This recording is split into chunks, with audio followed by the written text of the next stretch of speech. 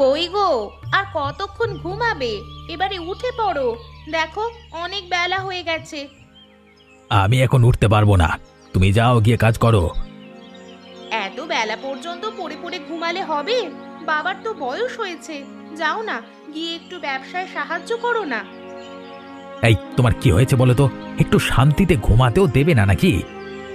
সব সময় পড়ে পড়ে তো ঘুমিয়েই থাকো, আর ঘুম ভাঙলেই বাইরে বেরিয়ে পড়ো মেয়েদের পিছনে ঘুরতে।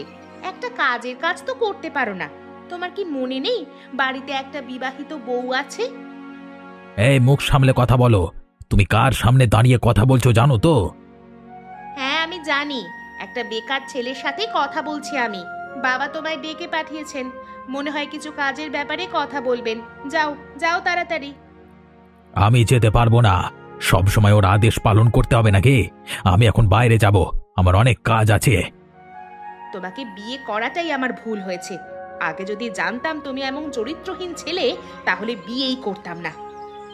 এবার কিন্তু বেশি বেশি হয়ে যাচ্ছে, হাত উঠে যাবে আমার। তুমি কোথায় দেখেছো? হ্যাঁ, আর কি প্রমাণ আছে? যেদিন প্রমাণ পাবো সেদিন কিন্তু আর তুমি বাঁচতে পারবে না। এই তুমি সরো তো, সকাল সকাল মেজাজটাই খারাপ করে দিল।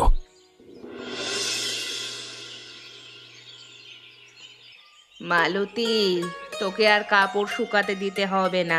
এই নে, বাজারের ব্যাগটা ধর, একবার চট করে বাজারে চলে যা। আচ্ছা, সে বাজারে চলে যাব, তবে এই কাপড়গুলো শুকাতে দিয়ে দিই, তারপরে যাচ্ছি গো। আরে এগুলো রেখে দে, আমি আস্তে আস্তে করে ফেলছি। এমন সময় বাজারে না গেলে ভালো মাংস পাবি না। তারপরও তো বাড়িতে এসে অনেক কাজ আছে। আবার আকাশের যা অবস্থা, বৃষ্টি না নামলে হয়। আচ্ছা, তাহলে তুমি এগুলো এখানে রেখে দাও, আমি এসে কাপড়গুলো দড়িতে মেলে দেব। তুমি ঘরে গিয়ে বিশ্রাম নাও। এই তো শুয়ে থেকেই উঠলাম, সব সময় কি আর বিশ্রাম নিতে ভালো লাগে রে? তুই যা মা, আমি আস্তে আস্তে করছি। এমন করলে কিন্তু আমি খুব রেগে যাব। তোমার না শরীর খারাপ? যাও, চুপচাপ ঘরে গিয়ে শুয়ে পড়ো। উফ, তুইও না, এমনিতেই তো বাড়ির এই অবস্থা, এরপরেও যদি শুয়ে বসে থাকি তাহলে চলবে তো? কটা দিনের তো ব্যাপার মা, একটু কষ্ট করে না হয় চালিয়ে নেব। তোমাকে কিন্তু আমি বারবার বলছি, আমি যাওয়ার পরে যেন একটা কাজও না করা হয়। আচ্ছা ঠিক আছে, আমি করব না। তুই এখন যা, রাজীবের কাছ থেকেই ভালো মাংস নিবি কিন্তু। হ্যাঁ গো মা, আমি প্রত্যেকদিন ওর কাছ থেকেই মাংস নিই। খুব ভালো ব্যবহার ছেলেটার, আর কোনোদিন খারাপ মাংস দেয় না। বাবা, অনেক কিছু জেনে গেছিস দেখছি। তা কি ব্যাপার, কোনো কিছু চলছে নাকি? ধ্যাৎ, তুমিও না, যাও যাও বিশ্রাম করো, আমি বাজারে যাচ্ছি।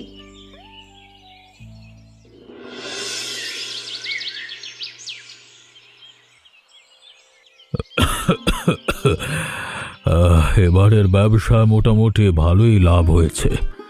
একা হাতে আর কত সামলাবো? ছেলেটাকে বলে বলে হয় না, এখন কি আর আমার কাজ করবার বয়স?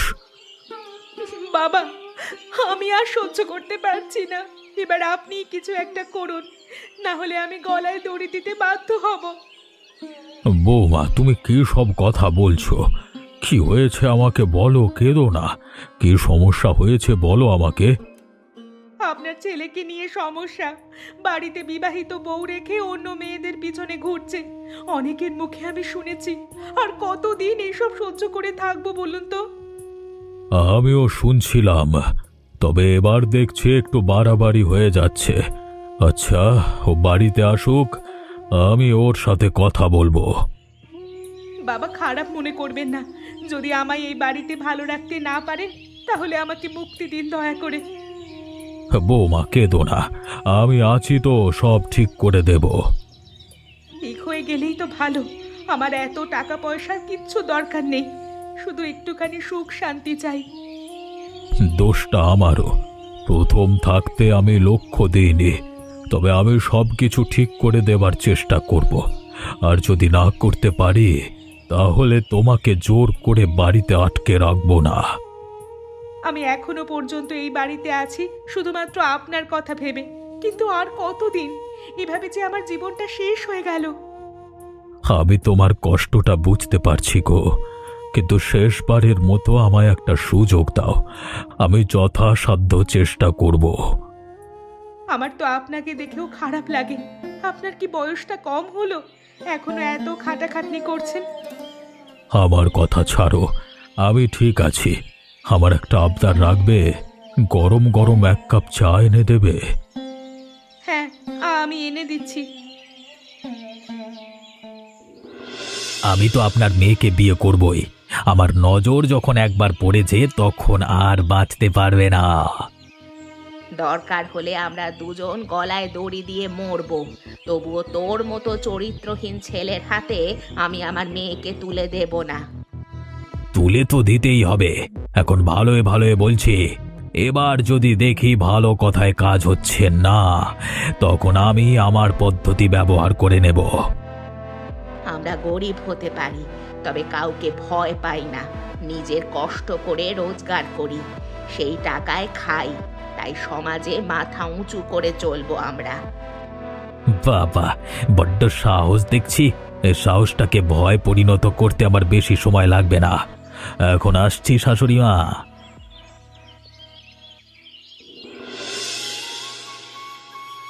এসো মালতী, আমি তোমার অপেক্ষায় করছিলাম। আমি তো ভাবলাম আজকে আর আসবে না। অন্যদিন তো তোমার এত দেরি হয় না।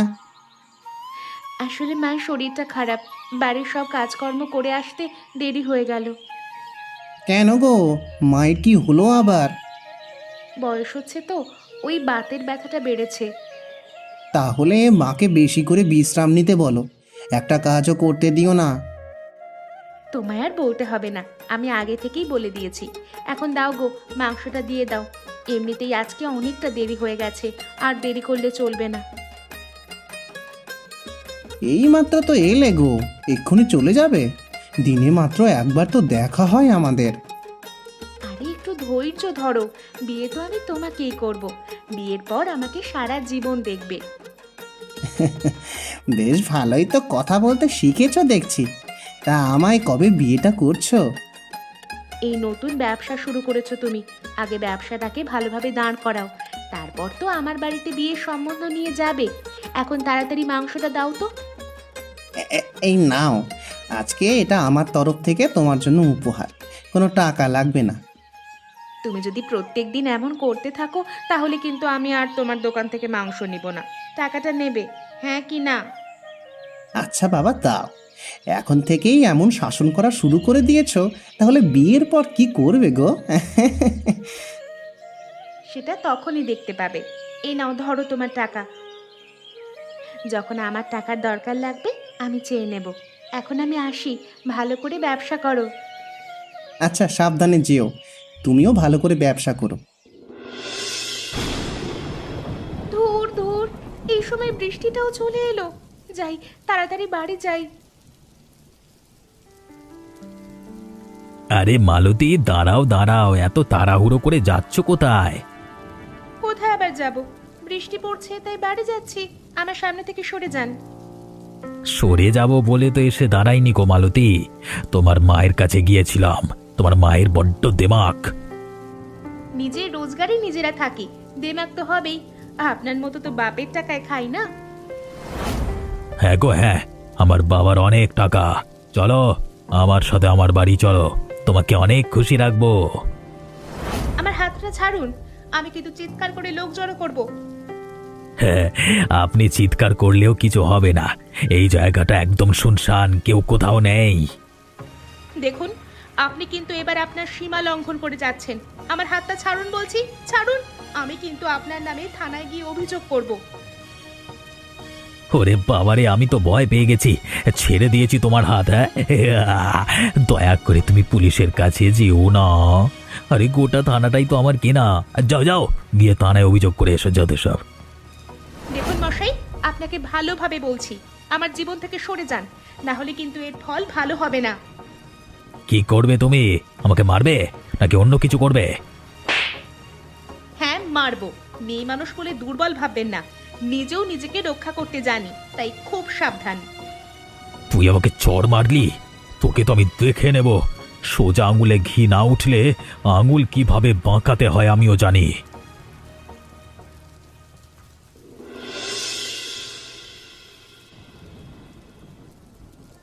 গেন্নি, আমি বাড়ি চলে এসেছি, দাও আমাকে খেতে দাও। এই হরিশ, তুই একবার এইদিকে আয় তো, তারপর খাওয়া দাওয়া করবি। হ্যাঁ বাবা, বলো কি হয়েছে? ব্যবসায়িক কথাবার্তা করলে কিন্তু আমি কথা বলবো না। না, কোনো ব্যবসায়িক কথাবার্তা নয়, কথাবার্তাটা তো তোর চরিত্র সম্পর্কে। কেন, আমি আবার কি করলাম? তুই বাড়িতে বিবাহিত বউ রেখে বাইরে মেয়ের পেছনে পেছনে ঘুরছিস, তো লজ্জা করে না? আমি কি বলেছি? তুমি মনে হয় ভুল শুনেছ। আমি একটা কথাও ভুল শুনিনি। তুই এসব কি শুরু করেছিস? হ্যাঁ, আমাদের বাড়িতে একটা সম্মান আছে, সেটা তুই ধুলোয় মিশিয়ে দিলি। আচ্ছা, তোমাকে এসব কে বলেছে? হ্যাঁ, তোমার কাছে কি কোনো প্রমাণ আছে? নিশ্চয়ই নাই, তাহলে শুধু শুধু বলছো কেন? আমি তোর সাথে কোনো ইয়ার্কি করছি না। তোর বউ বাইরে থেকে চলে গেলে ভালো হবে। এবার বুঝতে পেরেছি এসব কথা কে বলেছে। আমার গিন্নি বলেছে, তাই তো?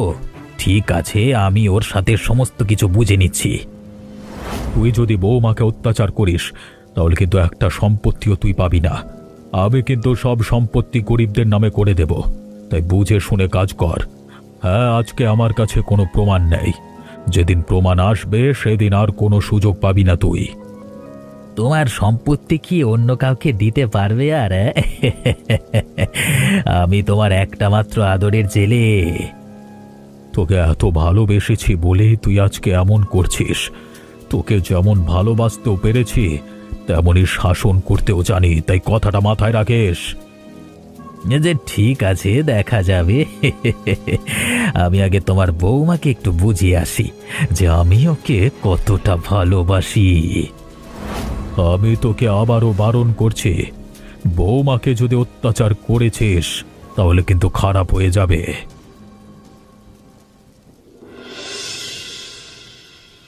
এ মা, তুই তো পুরো ভিজে গেছিস রে।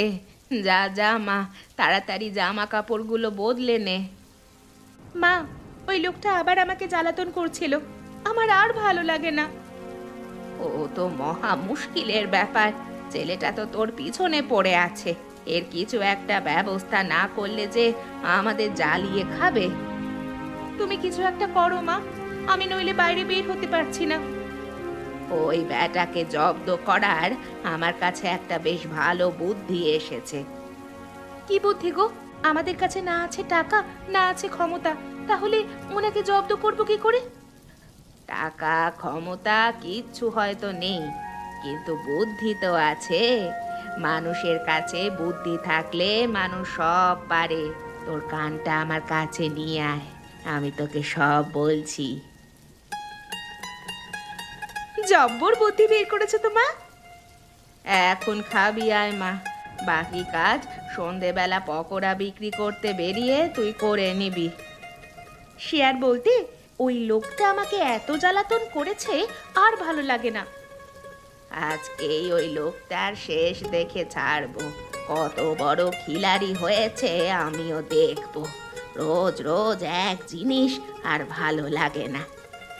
আমারও তো রাগ ধরে যায়, কিন্তু কিছু করতে পারি না। পকোড়া নেবে গো? পকোড়া, গরম গরম নরম নরম পকোড়া, একদম সস্তায় খেয়ে যান। গরম গরম পকোড়া। ও মালতী, আমাকেও খাওয়াও পকোড়া। এই হ্যাঁ, তোমাকেই খুঁজছিলাম, একটু জরুরি কথা আছে। জরুরি কথা? কি গো? ওই হরিশ কদিন ধরে আমাকে খুব জ্বালাতন করছে, ওকে একটা উচিত শিক্ষা দিতে হবে, তার জন্য তোমাকে দরকার। কি, তোমাকে জ্বালাতন করেছে? আমি ওকে ছাড়বো না। আরে মাথা গরম করলে হবে না, আমাদের কাছে একটা দারুণ বুদ্ধি আছে, তোমার একটু শুধু সাহায্য লাগবে। আমি সব করতে রাজি আছি, একবার হাতে পাই মেরে হাত পা ভেঙে দেব। তোমার কানটা এদিকে নিয়ে এসো, সব পরিকল্পনা তোমায় বলে দিচ্ছি। একদম একদম, আমার শাশুড়ি মা তো দেখছি তাহলে খুব বুদ্ধিমান, আমাকে আবার ঘোল না খাইয়ে দিলে হয়। এখন মশকরা করার সময় নয়, তুমি কিন্তু তৈরি থেকো, আর একটু পরে কাজ শুরু করে দিতে হবে। আমি এক্ষুনি যাচ্ছি, তুমি শুধু আমায় হুকুম করো। আচ্ছা ঠিক আছে, তুমি তোমার কাজটা তাহলে বুঝতে পেরে গেছো তো। আমি ওর বাড়ির দিকে যাই, ওদিকে গিয়ে দেখি এবার কি পরিস্থিতি হয়ে আছে। আচ্ছা ঠিক আছে, কিন্তু যা করবে একটু সাবধানে। ওই লোকটা খুব শেয়ানা, একদম যেন বুঝতে না পারে এসবের ব্যাপারে। আরে তুমি কি আমায় কম ভাবো নাকি? আমার নামও মালতী। মালতী, মালতী কোথায় গো তুমি? ও, তুমি এসেছো। মালতী তো পকোড়া বিক্রি করতে বেরিয়েছে। এসো বাবা এসো, তুমি ভিতরে এসে বসো। তোমার সাথে আমার মেয়েটা খারাপ ব্যবহার করেছিল তো, তাই সে খুব আফসোস করছে। ও এলে কথা বলে যেও। না না কাকিমা, তেমন কিছু নয়, ওই একটুখানি কথা কাটাকাটি হয়েছিল আর কি। বাবা, তুমি কিছু মনে করো না। তোমায় অনেক খারাপ কথা বলেছি, আমরা শেষ পর্যন্ত বুঝতে পেরেছি তুমি ছেলেটা খুব ভালো। যাক বাবা, আপনারা বুঝতে পেরেছেন তাহলেই হবে, আগের কথা তো আমি ভুলিয়ে গেছি। তাহলে মালতী আসুক, সবাই মিলে বসে একটু খাওয়া দাওয়া করা যাবে। তুমি ততক্ষণ ভিতরে এসে বসো। মালতীর আসতে কতক্ষণ লাগবে? তেমন হলে আমি একটু পরেই আসতাম, বাইরে একটু কাজ ছিল। আরে কাজ তো হবেই, এতদিন পর ভুল বোঝাবুঝি মিটে গেছে। তোমার সাথে একটু কথাবার্তা না বললে হয়? এসো না বাবা, এটা আমার অনুরোধ। এ বাবা, আপনি অনুরোধ করছেন কেন? আপনি তো আমার হবু শাশুড়ি মা, এসব মানায় না। তাহলে ভিতরে এসো, মালতী এলে তোমাকে গরম গরম পকোড়া দিবে। ওর হাতের পকোড়া খুব সুন্দর হয়, একবার খেলে আর ভুলতে পারবে না। ও তাই বুঝি, তাহলে তো পেট পুড়ে খাবো। হ্যাঁ, খাওয়া দাওয়া করতে করতে বিয়ের কথাটা একেবারে পাকা করে ফেলবো। কি বাবা, তুমি রাজি আছো তো? হ্যাঁ, আমি তো সেই অনেক দিন থেকেই রাজি, শুধু আপনারাই একটু আপত্তি করছিলেন, কিন্তু এখন সব ঠিক আছে। করাচ্ছি তোকে বিয়ে। একটু হাসি মুখে কথা বলতেই পিরিত একেবারে উতলে পড়ছে। তাহলে এত করে যখন বলছেন, আমি কি আর অস্বীকার করতে পারি? চলুন চলুন, ভেতরে চলুন। এসো বাবা, আমার সাথে এসো।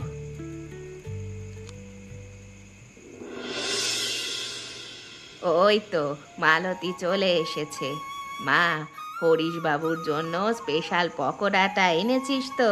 তুই তো আমায় বলে গিয়েছিলিস বাবু এলে ঘরে বসাতে। হ্যাঁ গো হ্যাঁ, আমি এনেছি। তুমি আমাকে একটা প্লেট এনে দাও, আমি হরিশ বাবুকে খেতে দিচ্ছি। আরে আরে মালতী, এত ব্যস্ত হইও না, আমি তো এখানেই আছি। বাবু, আপনি আমাকে মাফ করবেন। আমি অনেক বড় ভুল করেছি, আপনার গায়ে হাত তুলেছি, তার জন্য আমি খুবই দুঃখিত। আরে ওসব কথা ছেড়ে দাও, তোমার মায়ের সাথে আমার সব কথা হয়ে গেছে। তোমার কাজ সেরে তুমি এসে বসো, বিয়ের কথাটা পাকা করে ফেলি। এই নে মালতী, প্লেট এনে দিলাম। এবার পকোড়াগুলো বাবুকে খেতে দে। এই নিন বাবু, আমার হাতের পকোড়া। খেয়ে বলেন তো কেমন হয়েছে? এতে আবার বলবার কি আছে? তুমি তৈরি করেছো মানে ভালোই হবে, এ আমার দৃঢ় বিশ্বাস। না না, তা বললে কি করে হয়? আমি এভাবে প্রশংসা পেতে চাই না। আপনি আগে খান, তারপর আমায় বলবেন। আচ্ছা বাবা, আচ্ছা খাচ্ছি। তা আমি কি একা একা খাবো? তোমরাও আমার সাথে খাও। আমাদের বাড়িতে অতিথি আগে, আর আপনি আমাদের বাড়ির অতিথি বলে কথা। আমার মাথাটা কেমন ঘুরছে, কি হলো আমার? শুকিয়ে কেমন আবজা আবজা দেখছি, আবজা আবজা। মা, পরিকল্পনা একেবারে কাজে লেগে গেছে। আর এক মুহূর্ত বিলম্ব না করে একে দড়ি দিয়ে বেঁধে ফেলতে হবে। জ্ঞান ফিরলে কিন্তু ধরে রাখা অসম্ভব ব্যাপার হয়ে উঠবে। বেটার কত শখ আমার মেয়েকে বিয়ে করবে, এবার তো তোর পর্দা ফাঁস করব।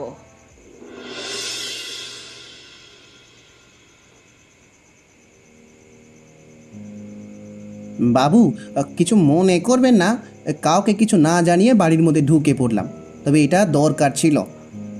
কে তুমি, আর আমার বাড়িতে সময় কি করছো? আমি সব বলছি আপনাকে। ও আপনার গুণধর ছেলে মালতীর বাড়িতে বিয়ের পাকা কথা ঠিক করতে গেছে। কি? বিয়ের পাকা কথা ঠিক করতে গেছে? এখন আমার কি হবে? ওকে হাতে নাতে ধরবো কিভাবে? আমি অনেক দিন থেকেই শুনছি অন্য মেয়েদের পেছনে ঘুরছে, কিন্তু কোনো প্রমাণ পাচ্ছিলাম না বলে কিছু করতে পারিনি। হ্যাঁ হ্যাঁ, ওই জন্যই আমরা ওকে বেঁধে রেখেছি। আপনি চলুন, তাহলে দেখতে পাবেন। আজকে ওই ছেলের একদিন কি আমার একদিন।